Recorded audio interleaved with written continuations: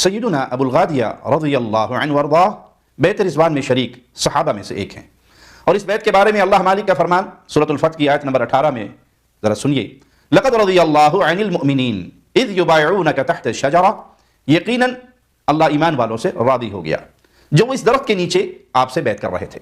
اذ جاءہ رجلان یختصمان فی رأس عمار، کتنے ان کے پاس دو آدمی آئے، یہ سیدنا عمار بن یاسر رضی اللہ عنہ وارضاہ ان کے سر کے بارے میں جھگڑ رہے تھے۔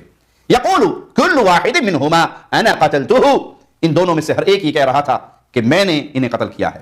اس پر عبداللہ بن عمر رضی اللہ عنہما نے ان دونوں سے کہا تم دونوں ایک دوسرے کو مبارکباد دو، کیونکہ رسول اللہ صلی اللہ علیہ وسلم کا فرمان ہے عمار کو باغی گروہ قتل کرے گا۔ اس روایت میں تو یہ بات ہے کہ دو اور لوگ بھی تھے جن کا دعویٰ تھا کہ ہم نے عمار رضی اللہ عنہما کو قتل کیا، تو آپ صرف ابو الغادیہ رضی اللہ عنہ کو قاتل کیوں قرار دے رہے ہیں؟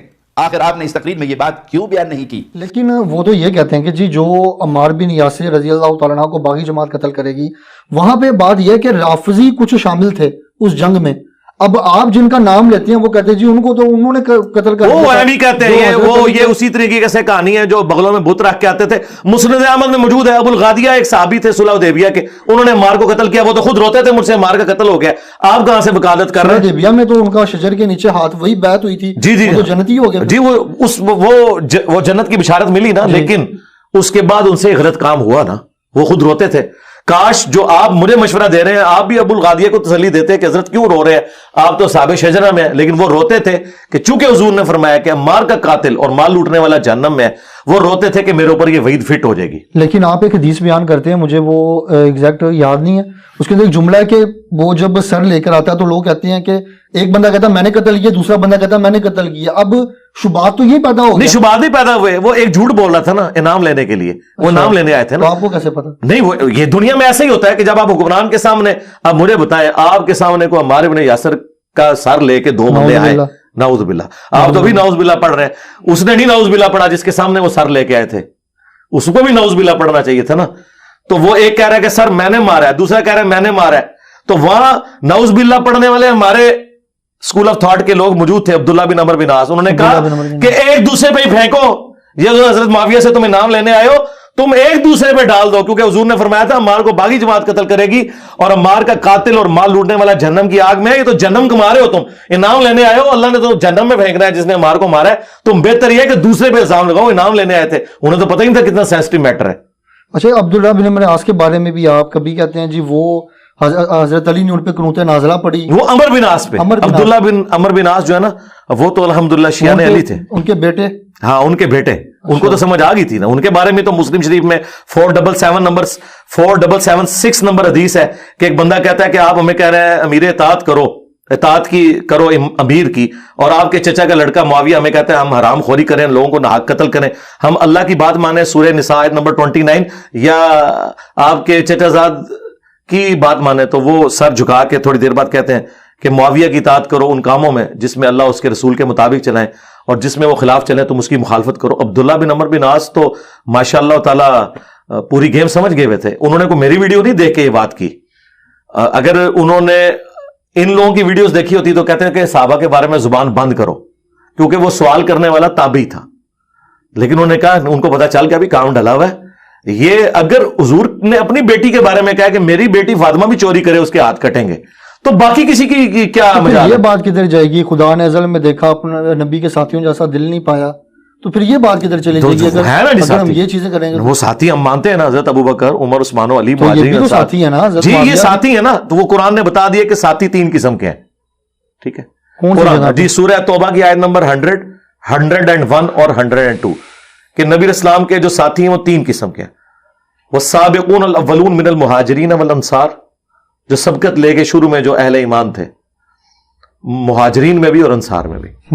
دوسرا فرمایا پکے منافق ہیں لیکن نمازیں پڑھتے تھے، جنہیں تم نہیں جانتے اللہ انہیں جانتا ہے، ایسے پکے منافق ہیں، وہ تو چھوڑ دیں وہ ہمیں نہیں پتا، ساتھیوں میں ہیں، قانوناً وہ بھی صحابی ہیں، قانون اس لیے صحابی ہیں کہ ہمیں پتہ نہیں ہے نا، ہم تو انہیں ظاہر ہے، آپ مجھے بتائیں ایک بندہ حضور کے پیچھے نماز پڑھ رہا ہے تو آپ اسے کافر تو نہیں سمجھیں گے، مسلمان نہیں سمجھیں گے نا، اس زمانے میں صحابی ہوگا، بریلوی دیوبندی اہل حدیث شیعہ تو نہیں ہے۔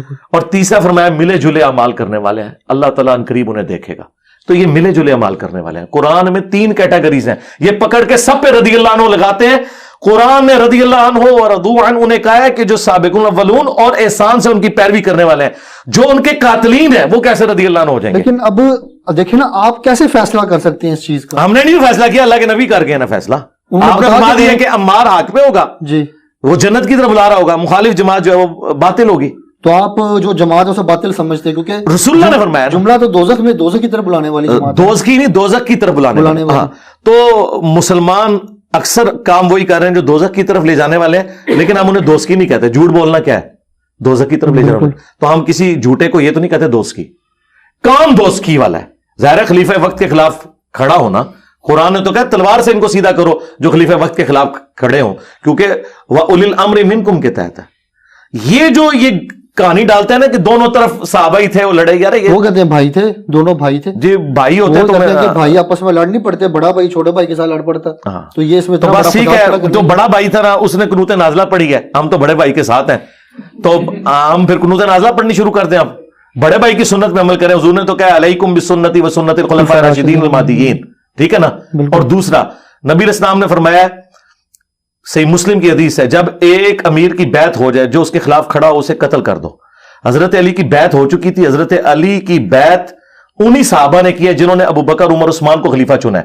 ان کے خلاف جو کھڑے ہوئے ہیں وہ واجب القتل تھے. وہ تو کہہ رہے ہیں قصاص عثمان کے لیے کھڑے ہوئے ہیں. قصاص عثمان کے لیے خلیفہ سے ڈیمانڈ کی جاتی ہے، خلیفہ کے خلاف تلوار نہیں اٹھائی جاتی.